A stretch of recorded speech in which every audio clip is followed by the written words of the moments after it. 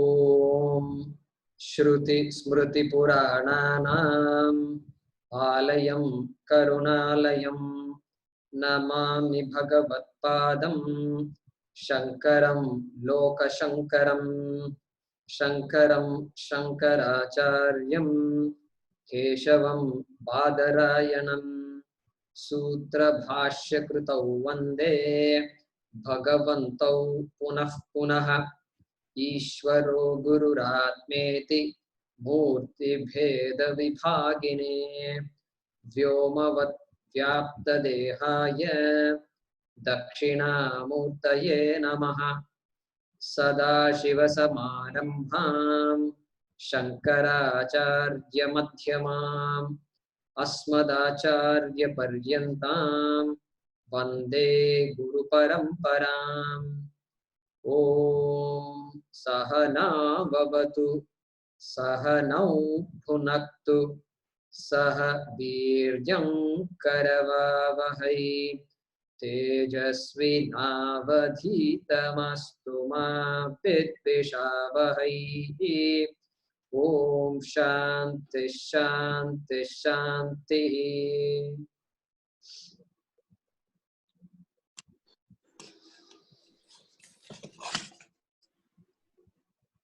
ओम पार्थाय प्रतिबोधितां भगवता नारायणेन स्वयं व्यासेन ग्रथितां पुराणमुनिना मध्ये महाभारतम् अद्वैतामृतवर्षिणीं भगवतीम् अष्टादशाध्यायिनीम् अम्ब त्वामनुसन्दधामि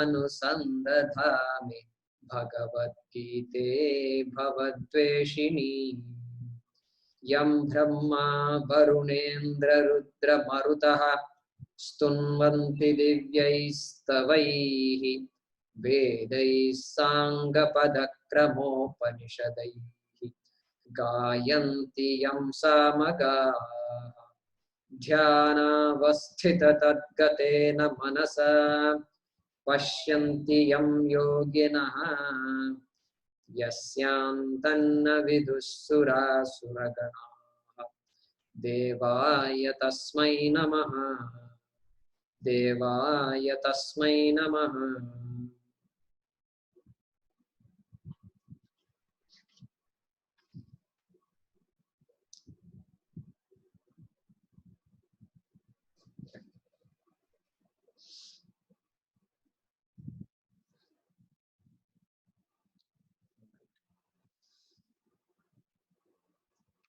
Shailaja, unmuting yourself.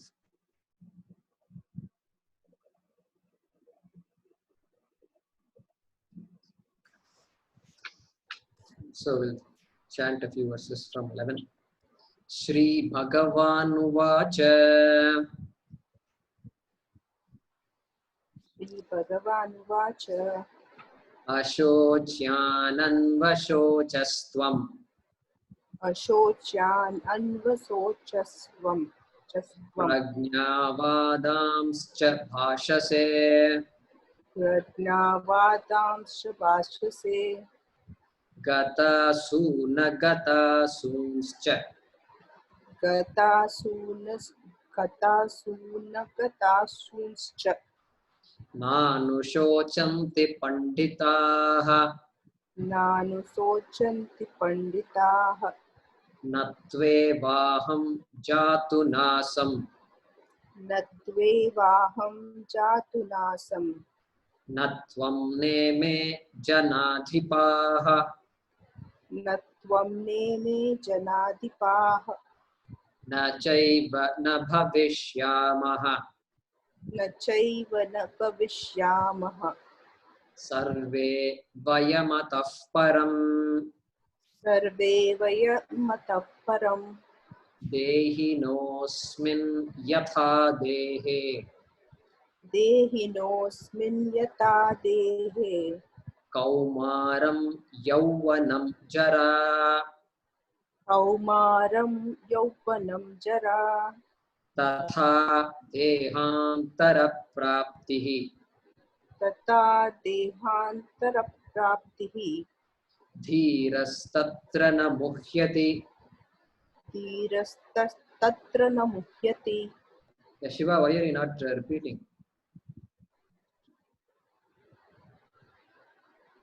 Just opening it up. Sorry? I'm still finding the shloka, Guruji. I'm just opening it up. Okay. Matra sparshaastu kaunteya मात्रा स्पर्शास्तु कौन्तेय शीतोष्ण सुख दुःखदाः शीतोष्ण सुखदुःखदाः आगमापायिनो नित्याः आगमापायिनो नित्याः तां स्थितिक्षस्व भारत. आं स्थितिक्षस्व भारत. यं हि न व्यथयन्त्येते यं हि न यतयन्ते ते पुरुषं पुरुषर्षभ. पुरुषं पुरुषऋषभ सम दुःख सुखं धीरम् सम सुखदुःखं धीरं सम दुःख सुखं धीरम् सम दुःखसुखं धीरं सोमृतत्वाय कल्पते. सोमृतत्वाय कल्पते. Okay. So, Hem, how's the noise level at your side? I'm unmuting you. There's a lot of noise on my side. Oh, really? Yeah, because the fan is running, so the blowing air right onto the microphone. Okay. It seems all right now. Yeah, it'll come back. It's rotating, so it'll come back in some time. Okay. Yeah, you probably hear it now. Okay, it's coming back. So what I do is I put a scotch tape on top of the microphone, and that works really well. I figured it out. Okay. So if that helps you in the future, you can do that. I'll have to find the mic on my laptop. I don't know where it is. The opening I have to find out and cover it.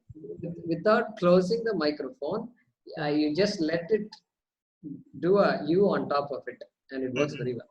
Okay. Okay. All right. So, in the second chapter, verse number 11, Asochya Nanvasochastvam, Bhagavan Sri Krishna said, Hey Arjuna, there is really no reason to grieve about, even though you speak very intelligently. Like that, Krishna had applauded Arjuna as well as stated a fact, which implied that the teaching has begun. Then, to give an example of, or rather, to show why these Panditas, they don't grieve over people, death and all that. He says, really speaking, there is no death in verse number 12. Natvevaham jatunasam. He says, all of us were there before. We are all here today. We will continue to be there. Not in these bodies, of course, but we essentially will be there. That is what he said. This also Arjuna may have heard before, maybe not new to him, but he had to hear now. He had to specifically hear it as part of the teaching. Then in order to give an example, to understand, to assimilate that fact, what do you mean by I was there before and you will be there later? What is all this? How do you explain it? Then he gave the example of this metamorphosis of the body. The body is constantly changing from childhood onwards till old age. It's moving. And yet, I am the same person. I am the observer of all these stages, as evidenced by my resume and as evidenced by the stories I tell my grandchildren. And it is the same old I used to study under the street light. This is very popular. They say all these things those days. And you are all very lucky. You have electricity, you have light, you have fan.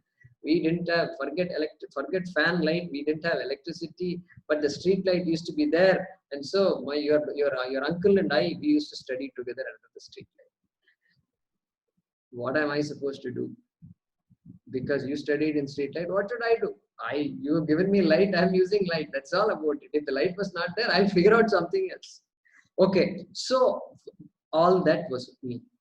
All that was me. The guy who studied under the street light, and now the guy who's quoting that after 70 years is also me. That unchanging me is observing the changing body. Okay, that example he says, and then he extends it a little bit. And he says, just like I have seen my childhood and I've seen my youth and I'm seeing my old age, I am going to see a new body later. I may not know it. When I get that new body, I won't know that I had this body before, but I'm going to get a new body. That is what he says. Dehantara praptihi bhavati. We saw that. Then the question arises, but still, sorrow is there, unpleasantness is there, discomfort is there, suffering is there throughout the life. Why all this thing happens? So he says this example, because it's based on my own experience. Experience is up and down, experience is always there. So why did that happen? Matra sparshastu kaunteya. Hey Kaunteya, hey son of Kunti, hey Arjuna. This sense organs are there through which we observe the entire world, through which we perceive the world, and this is how the setup is. And when I perceive things, I am going, this setup is going to create this so-called Shita Ushna. Heat, cold, these experiences will be there. That is the purpose of these sense organs. Otherwise, you can as well be a stone, and the stone doesn't complain at all. Whether it's a storm, it doesn't complain. Whether it's a drought also, it doesn't complain. No, you're not like that. You're a conscious being, and you're given these things. Therefore, these kinds of pleasant and unpleasant experiences will be there. And there is nothing to, you don't have to. And sukha dukha daha. And these pleasant and unpleasant experiences have the ability to give you sukha and dukha also. Happiness and sorrow. And but they are agama payi. They are coming and going. They are not permanent. Hey Arjuna, hey Kaunteya, they are agama payi. And therefore, what do you have to do? Titikshasva. Titikshasva. May you endure them. May you endure them. So Anil asked the question last time about this word titikshasva. Yeah, the tij is the root for it. And it's an unusual form for a root, for a short root like that, to have titikshasva. So normally it would be so something like tejasva will be there, but here it is titikshasva. So it's, yeah, as you pointed out, tij root and lot lakara madhyama purusha ekvachana. So may you endure. That is the meaning of it. And there is a sananta there. San pratyaya is there, which normally gives a different meaning. In this case, it doesn't change the meaning of the dhatu. So that is enough about this word, Sanskrit meaning of this word. Okay. Hey Bharata titikshasva. Hey Bharata, please endure. You just have to endure it. Whatever you like, you enjoy. Whatever you don't like, you endure it. That is all it is. Okay. Now, so here, when we talked about this titikshasva, so this dvandva I mentioned, Shita, Ushna, Sukha, Dukha, and then this fame and insult, fame and humiliation, these are all opposites constantly. We go in a given day, we can go from down to up, pendulum, like a pendulum we go. So this is a common experience to all of us. And so these opposites really cannot do anything to me if I understand what Atma is. Now I am confused about Atma. I take Anatma to be Atma. And so I react to all these experiences. This is what is being said here. And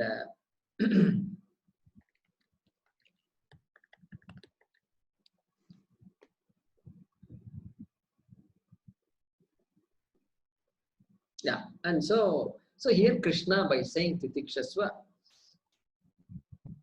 he's not offering advice. He is making a statement saying this is how it is. Therefore, just endure it. Just endure it. And if it's too hot, just endure the heat, and the heat will go away after some time. This is the statement made in this shloka number 14. So I don't remember if I translated it, but let me do that now.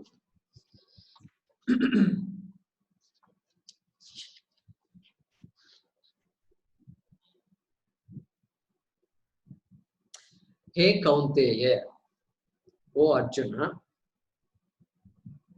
Matra Sparshastu, the contacts of the sense organs with the sensory world,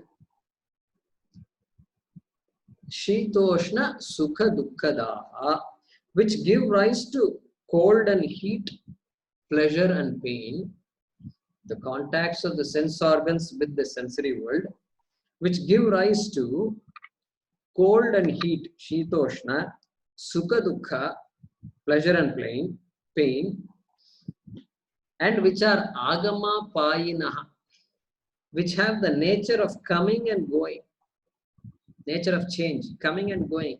They seem to appear and then they disappear. So which have the nature of coming and going, Anityaha Bhavanti. They are not constant. Anityaha. Put a full stop there after Anityaha. Hey Bharata, Tan Stitikshasva. O Bharata, O Arjuna, endure them.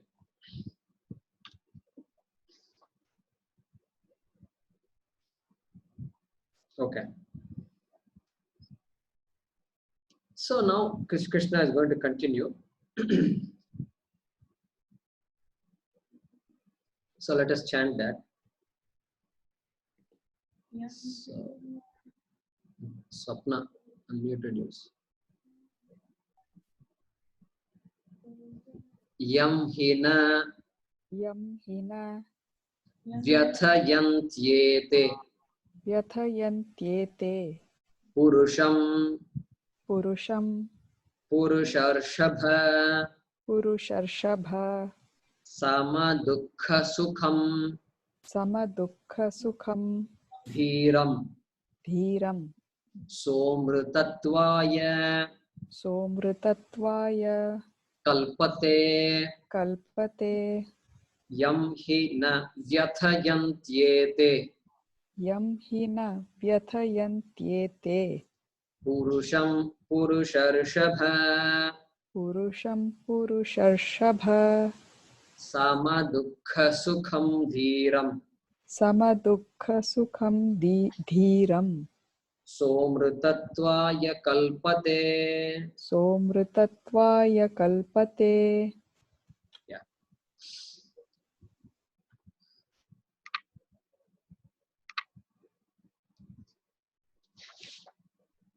So here Krishna is addressing Arjuna using a different word. First time we have seen this word. He Purusha Rishabha. He Purusha Rishabha. Rishabha. Rishabha, we kind of know what it is. If you have looked at this newspaper, if you had a chance to look at this Jyotisha, zodiac signs, some people love to see that. Virgo and this and that, they look up and then they say, how's my day going to be? As though they're going to get something out of it. And so there this Rishabha is there, one sign. So that Rishabha, bull. So Purushanam Rishabha, the bull among men. That is the literal meaning of this word. Means the giant among men, the greatest among men. That is the meaning of this thing.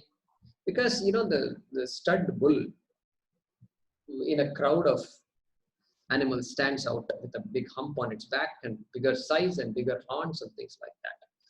So Arjuna people could recognize Arjuna wherever he was, and his fame spoke for itself. And even those who did not know Arjuna or did not see him could recognize him by his tejas that is there in his body and face. So, Purusha Rishabha, that's how he's being addressed.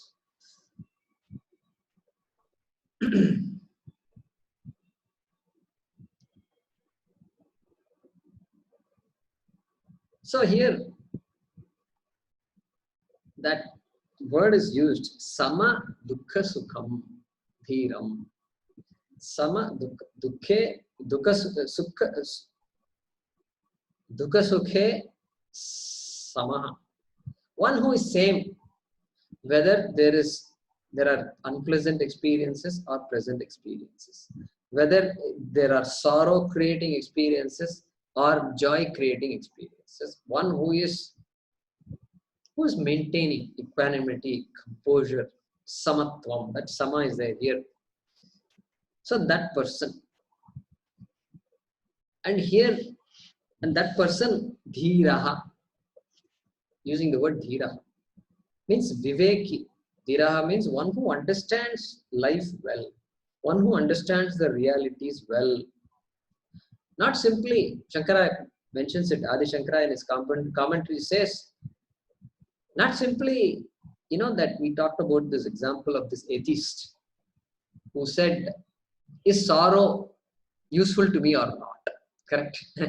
He said, no, sorrow is useless. I don't get anything out of being sad. Therefore, I won't be sad. Okay, that was his reasoning. Good reasoning, I like that. But Shankara says, no, that reasoning you can't use here. And dhiraha means one who understands the realities quite well, including the nature of Atma and Anatma. And so that person is being mentioned here. Earlier in the 11th shloka, the same person was mentioned using the word what? Pandita. Pandita, same. Dhiram means panditam. Sama dukha sukham panditam. And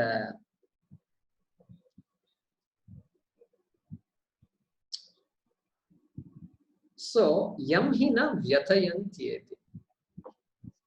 The verb here is vyathayanti.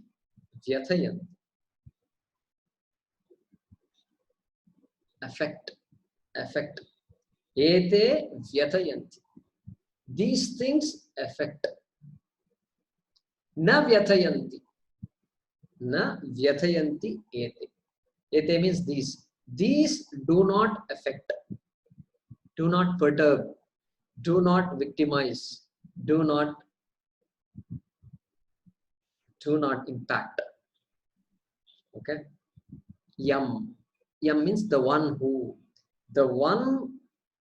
is not affected, or the one which these things do not affect. Which things do not affect? Ete means these. It's a pronoun. Means we have to go back to the previous shloka to find out what it refers to. So it refers to Shitoshna Sukha Dukkadaha, like that it says. So these factors like Shita, Ushna and Dukha and Sukha, these factors, the one who is not affected by these factors, that Purusham. So look at that. There are 4 words referring to that person. Yam, Purusham, Sama Dukha Sukham, and Dhiram. They're all Dvitiya Vibhakti, Sanskrit students. They're all Dvitiya Vibhakti. That means they're all referring to the same person. Correct?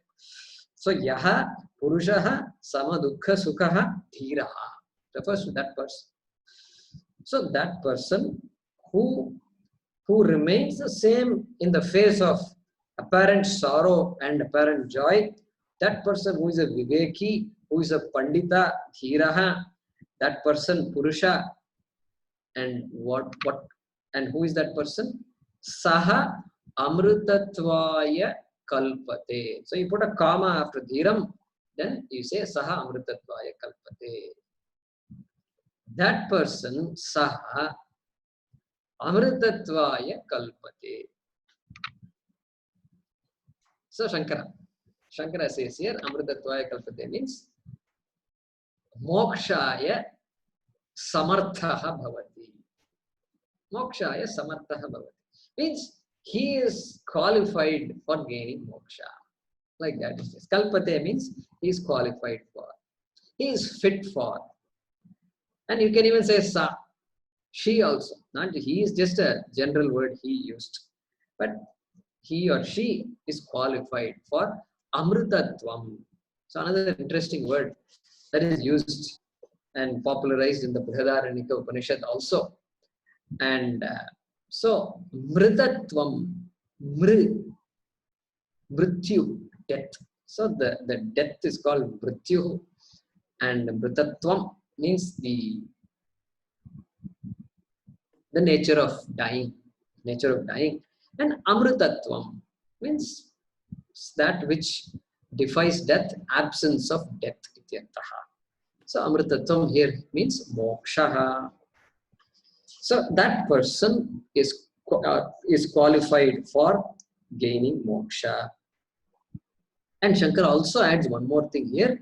That person is qualified for moksha, or that person is a mukta.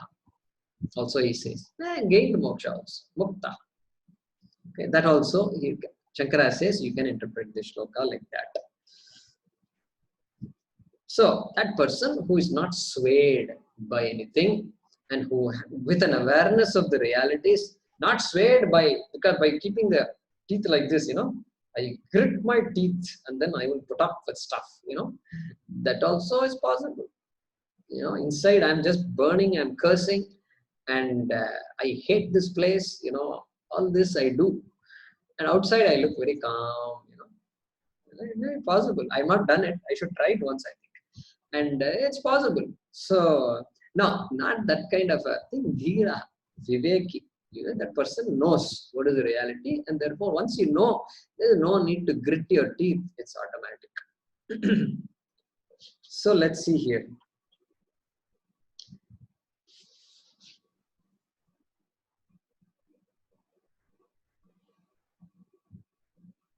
Okay. So, hey Purusha Rishabha.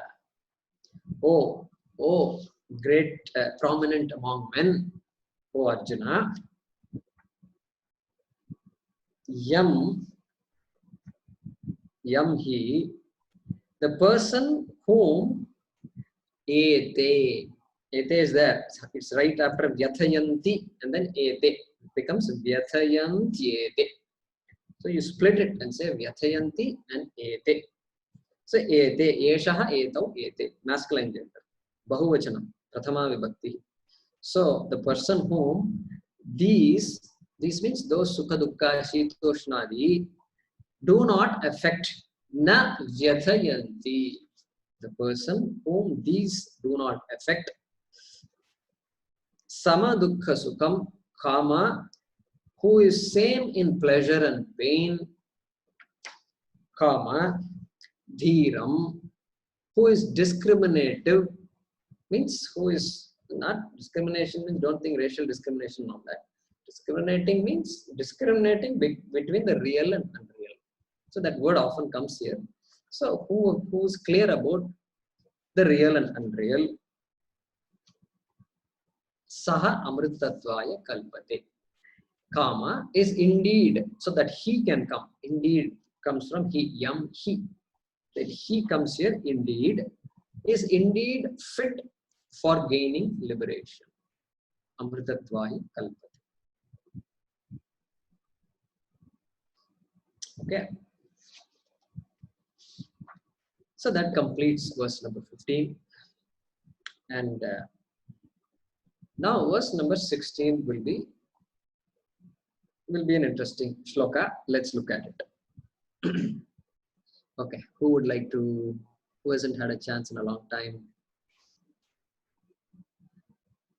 Okay, Satish ji. Surendra, I'll pick you up next time. Yeah. Okay, Satish ji is on. Na sato vidyate bhavaha. विद्यते भावः Na bhavo नाभावो vidyate sataha. विद्यते सतः Ubhayorapi उभयोरपि drishtontaha. दृष्टोऽन्तः Tvanayoho वनयोः tattvadarshibihi तत्त्वदर्शिभिः नासतो विद्यते भावः नासतो विद्यते भावः नाभावो विद्यते सतः नाभावो विद्यते सतः उभयोरपि दृष्टोऽन्तः उभयोरपि दृष्टोऽन्तः त्वनयोस्तत्त्वदर्शिभिः त्वनयोस्तत्त्वदर्शिभिः Yeah.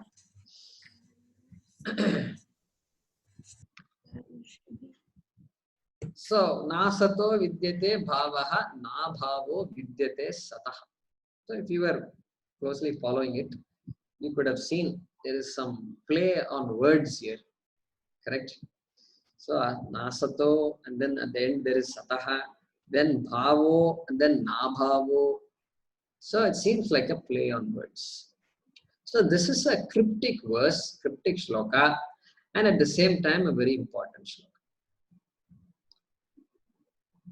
So, look at this. The last word of the first line, satah. So, the word sat is there. Satah means of sat. Sat means real, absolutely real. And the same word appears in the first also, nasato. Na asatah. That is the way to split it. Na asatah. Asatah means what? Asat. Of asat. If sat is absolutely real, then asat is that which is not absolutely real. You can say, roughly, you can say unreal. I'll have to explain what the words real and unreal mean. So, asatah is there. Then there is the word bhavaha. Bhavo means bhavaha. And then next word is na abhava. Na abhava. Abhava. If bhava means existence or being, then abhava means non-existence or non-being. Okay, so what does it say? First sentence is this. Nasato vidyate bhavaha. Asataha bhavaha na vidyate. That's it. That is the sentence. Asataha bhavaha na vidyate. Na vidyate. Na vidyate. Not possible. Na vidyate. Not possible. Cannot happen. What cannot happen? Bhavaha na vidyate. Existence is not possible. Bhavaha means existence, we said, right? Bha comes from the root bhu, Sanskrit bhu, to be. To be, in this case, to exist. To be. Look at the connection between the English word be and Sanskrit root bhu. You know, not a coincidental connection here. So bhavaha na vidyate. Existence is not possible. For what? Asata. For asat. For unreal, we have to look at asat. We'll look at it what asat is. For the unreal, for asat, I'm going to leave it as asat. I'm not going to say unreal. Just leave it as asat. And I'll explain what asat is. So, for asat, existence is not possible. Bhavaha na vidyate. Now you can translate the next line. Na abhavaha vidyate sataha. Sataha abhavaha na vidyate. Not possible, na vidyate. What is not possible? Abhavaha na vidyate. Non-existence is not possible. Non-existence is not possible? Now, how many negatives are there? Two negatives. Non-existence is not possible. Okay, for what? Sataha. For the absolutely real, non-existence is not possible. Non-existence cannot happen. Cannot be. Okay. And then he goes on to say, Ubhayorapi drishtontaha swanayos tattvadarshibhi. So he says, I mean, I'll come back to word by word meaning later. But tattvadarshis means those who are the seers of truth. Tattvadarshi. Tattva means truth, seers of truth. Or wise people.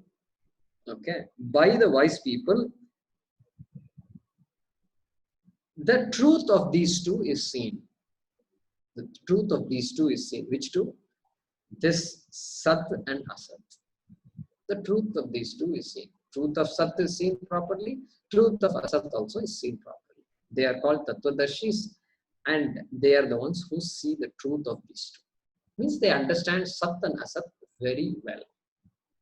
That is the meaning of this. So you can say this shloka is analyzing existence and non-existence. This is Vedanta. Vedanta is an analysis of existence. Existence, that's all, Vedanta. That's all you can give me. Even I signed up with Bhagavad Gita to study about existence. I know what exists. What do you mean, study of existence? I know what doesn't exist. And this is going to teach me what exists and what doesn't exist. No, it doesn't teach you what exists. What you know is what, let it be. You can keep what you know. But it's going to analyze what you think exists. It's going to tell you something new about that. A little more insights it's going to give you. And which can be illuminating. So let's see what it says. So this word Asat. Let's take Asat. We have already studied. Now all our introduction comes handy to us. The introduction, 1 month, 2 months, many people were getting uncomfortable. What is this? We have not chanted even one shloka, Bhagavad Gita shloka, and we are still going on and on. And then came Gita Dhyanam also, Partha, Pratibodhitam, Bhagavata, and so that also goes on and on. And where is Bhagavad Gita? So now all that comes. So now I can use the word mithya. And you can, at least some of you can shake your head saying, yeah, I know what mithya is. And so feel free to shake your head. And good. So that is mithya. What is mithya? Asat is mithya. And that which does not or cannot exist or does not exist independent of anything else is mithya.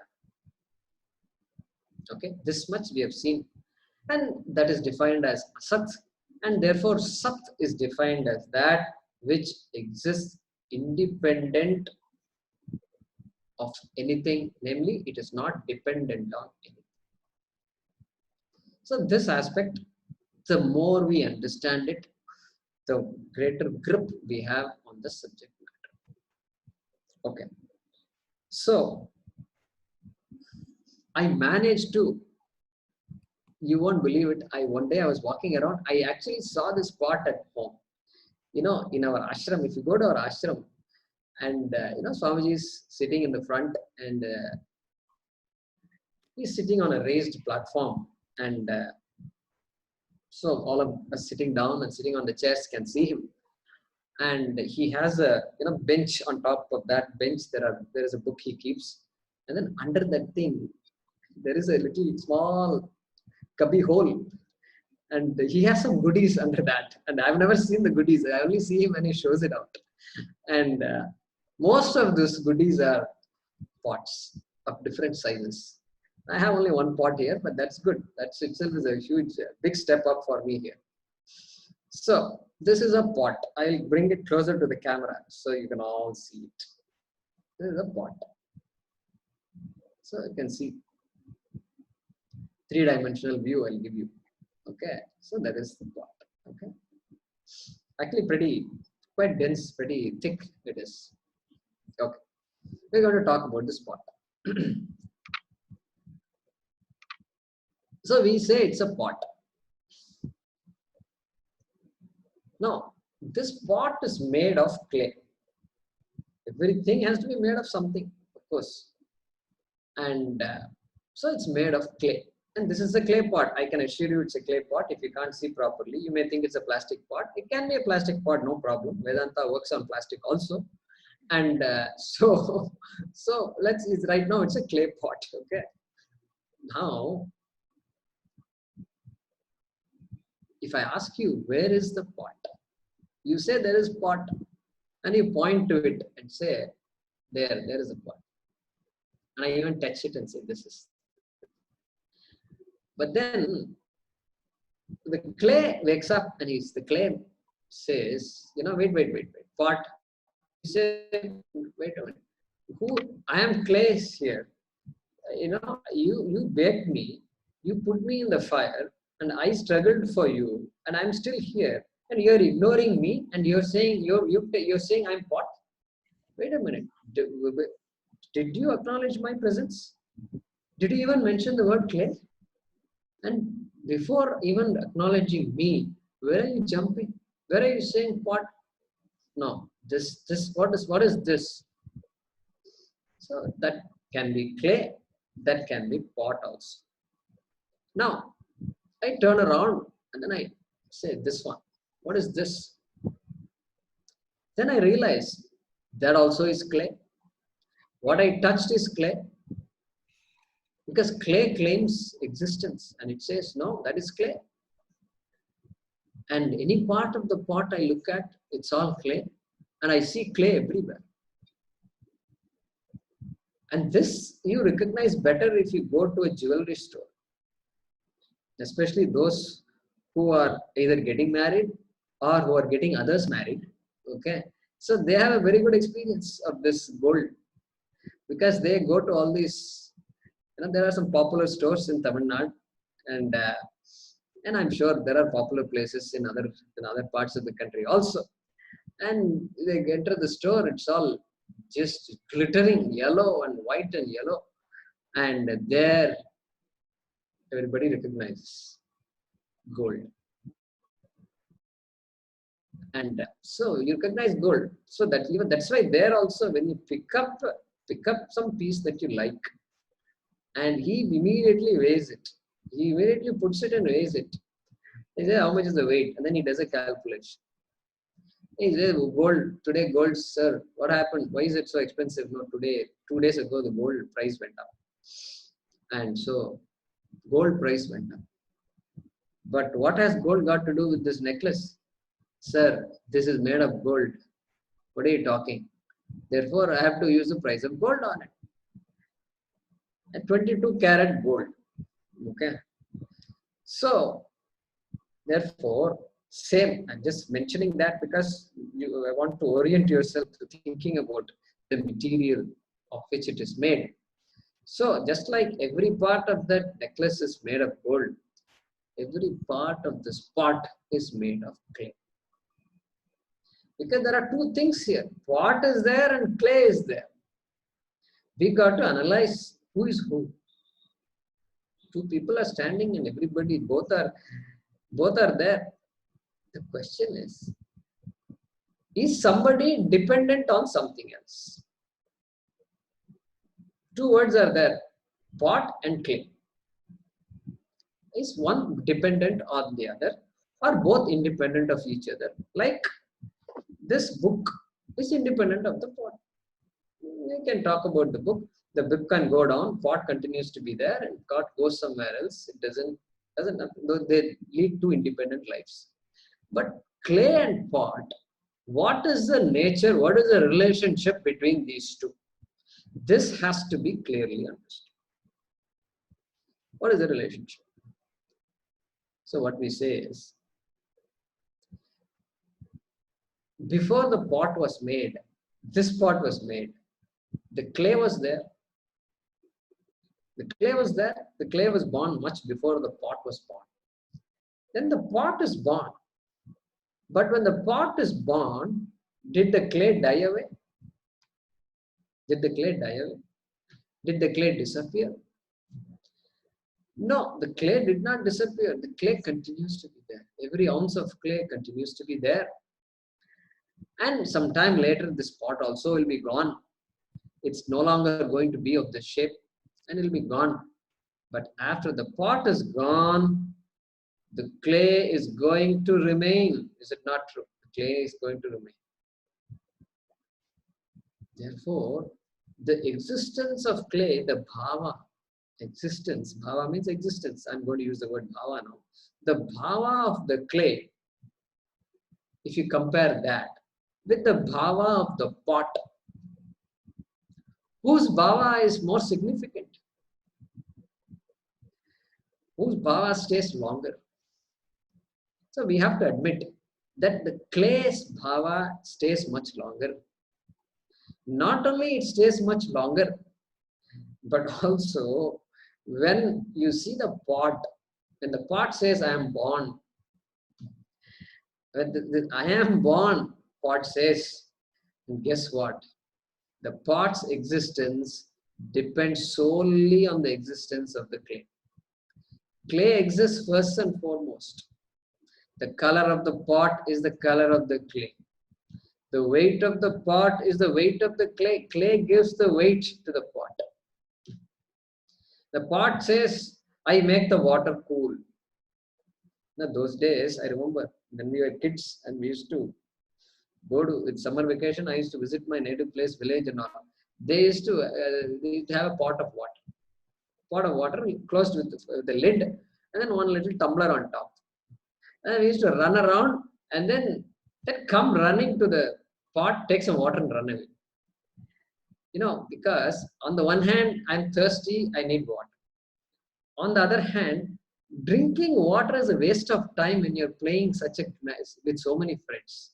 And this is a waste of time. So you have to just run to the pot, drink it as fast as possible and run away from that. Just like a bullet, you come and go. So this pot reminds me of those experiences. Now, that pot used to hold water, and I say pot holds water.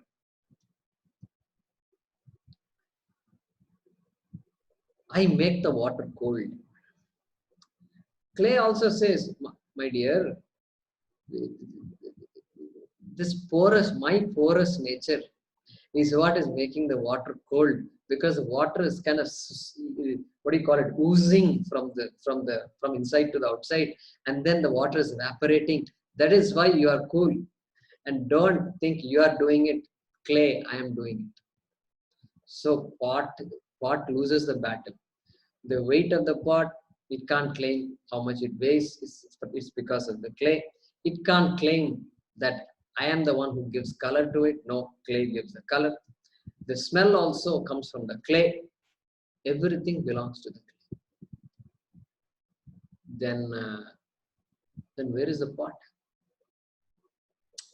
Okay, there is a particular form of the clay.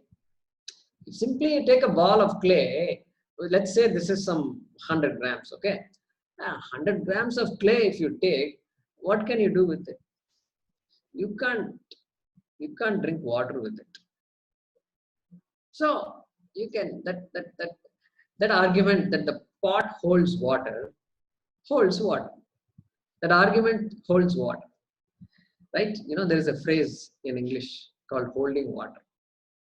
Holding water means is reasonable. That argument is reasonable.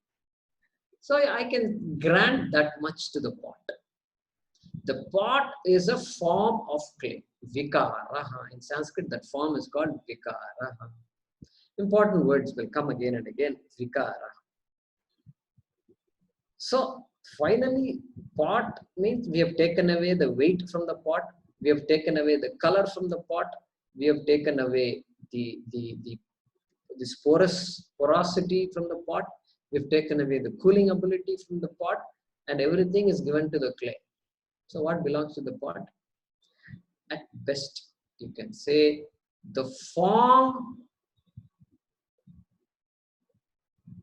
Pot is nothing but a form, and we will give it a little more credit. The word pot, P-O-T in English, that word also is there. Okay, that word. So for that word pot, the only thing you can assign is this rupa.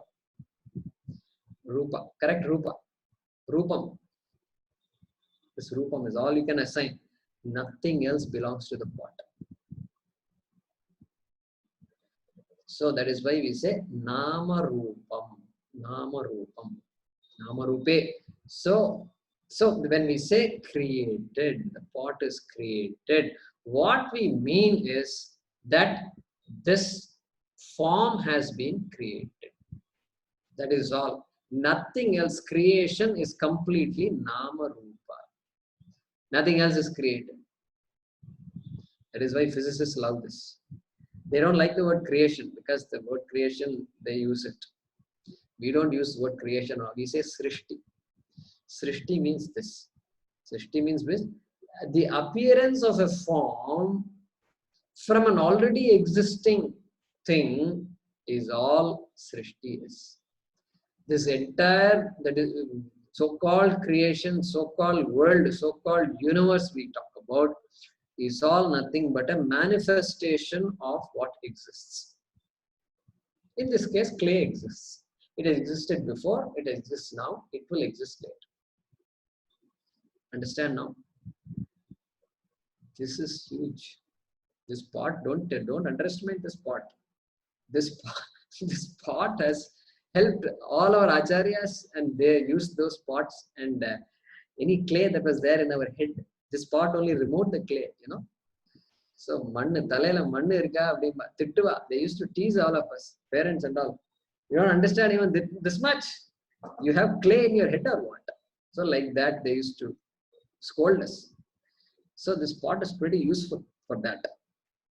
So the word pot, what is the conclusion? The word pot has no real object except a form. Except a form. So be very careful when you understand this. When you say no real object, we are not denying the existence of this little thing that you're seeing. This is very much there. We are analyzing it. You're saying what you think of pot is a little, what I'm saying pot is different from what you think pot is. Give some credit to clay. Give a lot of credit to clay. So give some credit, give a lot of credit to clay. Correct? You have to give a lot of credit to clay. Once you give a lot of credit to clay, then we can analyze it further and take it down. Take it down. Then you can ask, Jaykumarji, then if pot is clay, pot depends on clay, then what does clay depend on? Does clay depend on anything? No, this is a very good example. That's why it's hard to move away from clay. Clay, after that, what? But suppose I give another example, shirt. We all wear a shirt. And so you're wearing a shirt. The shirt is made of fabric, of course. Cloth, you can say cloth, made of cloth or fabric. Suppose I say, so the cloth is very much there. You buy, those days we used to buy cloth from the store and then give it to the tailor, and then tailor would stitch it. They used to take measurements and all that. And these days it's a little different, but but the store does that. Instead of you doing it, you go to the ready-made store and they do it for you. All you have to do is just buy your size, look up the color, you like it, you buy it. Now that fabric is there, and then the shirt is there. Shirt is nothing but fabric. Every part of the shirt is the fabric. The existence of the shirt belongs entirely to the existence of the fabric. Correct? Fabric is the satyam. Shirt is what? Shirt is what we call asat. Mithya. Previously we used the word mithya. Now Krishna is using the word asat.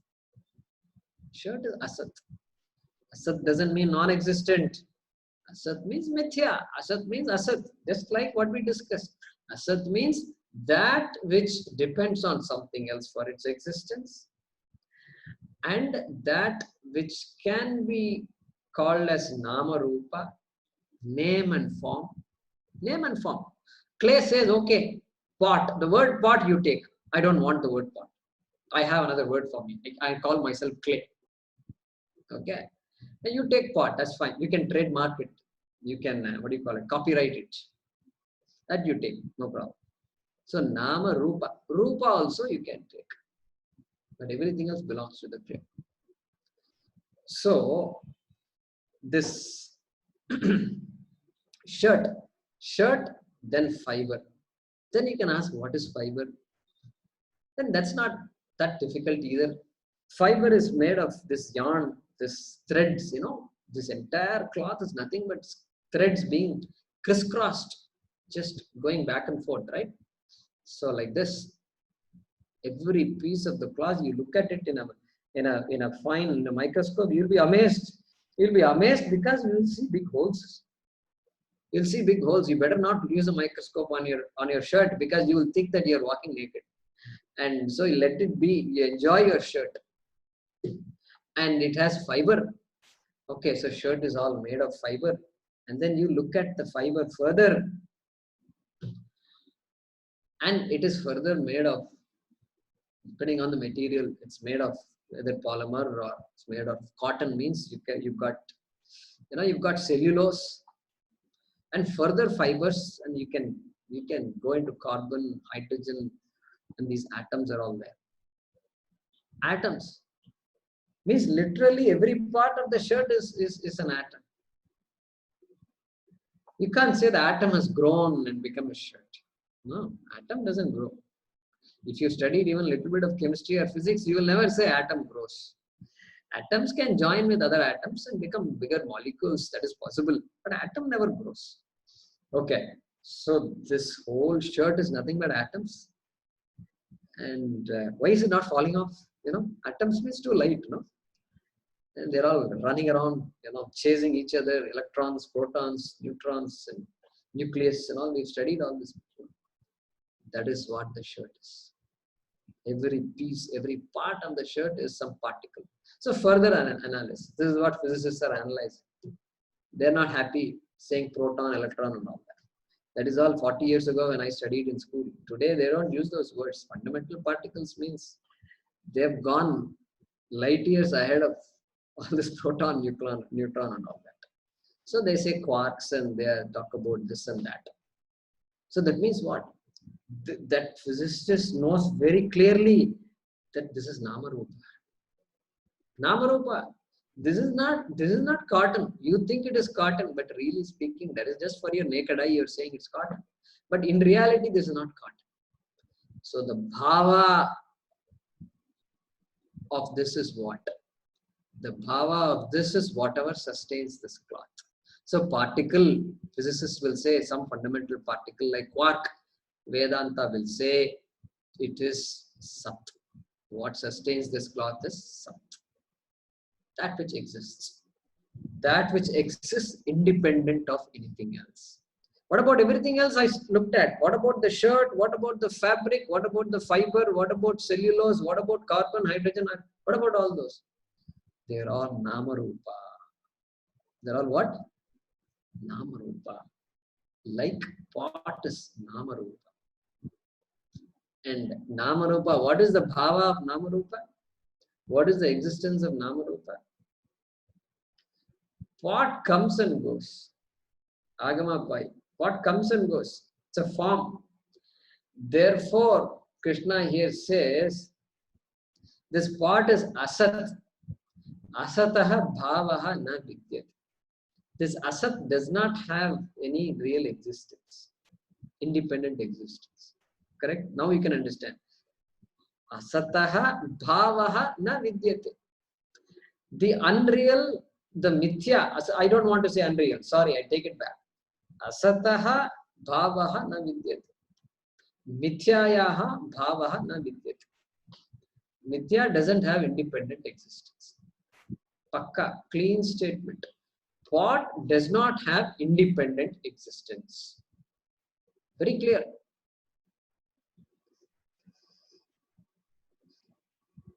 And what about clay?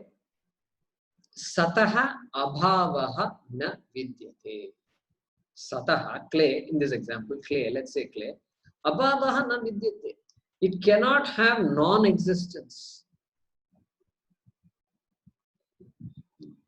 Sat, that which is the truth, that which is real, cannot have non-existence.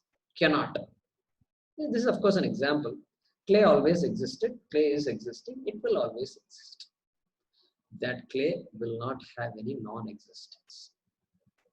And because it is independently existing. Why it doesn't have non-existent, if you ask? I will say it is because it exists independent of pot.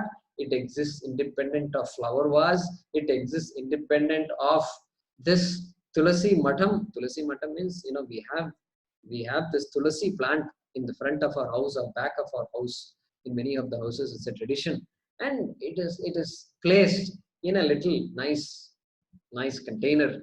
Looks like a nice house which has some receptacles where you can light the lamp and all that. And that is also made of clay.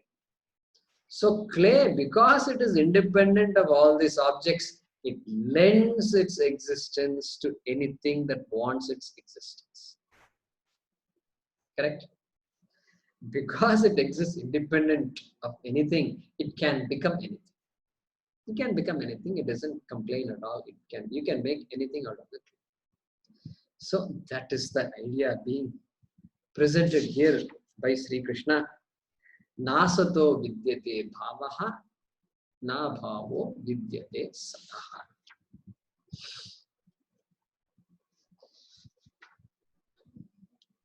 Okay. So we will have a chance to discuss this a little more. But we don't have to say this is difficult and all that. This can't be difficult. Was this example difficult to follow? Not difficult to follow. It's very clear. We're talking about that one thing that does not depend on anything else. And we are talking about another thing which depends on something else. That's all it is. Therefore, we don't say things like world does not exist. We don't say pot does not exist. Pot does not have an independent existence. That's what it is. Its existence, we will discuss some more. How do you understand its existence, or what is the reality of its existence? We will look at it in the next class. Some more. Okay. Okay. Om Purnamadah Purnamidam Purnat Purnamudachyate Purnasya Purnamadaya Purnameva Vashishyate. Om Shanti Shanti Shanti. Harihi Om Shri Gurubhyo Namaha. Harihi Om.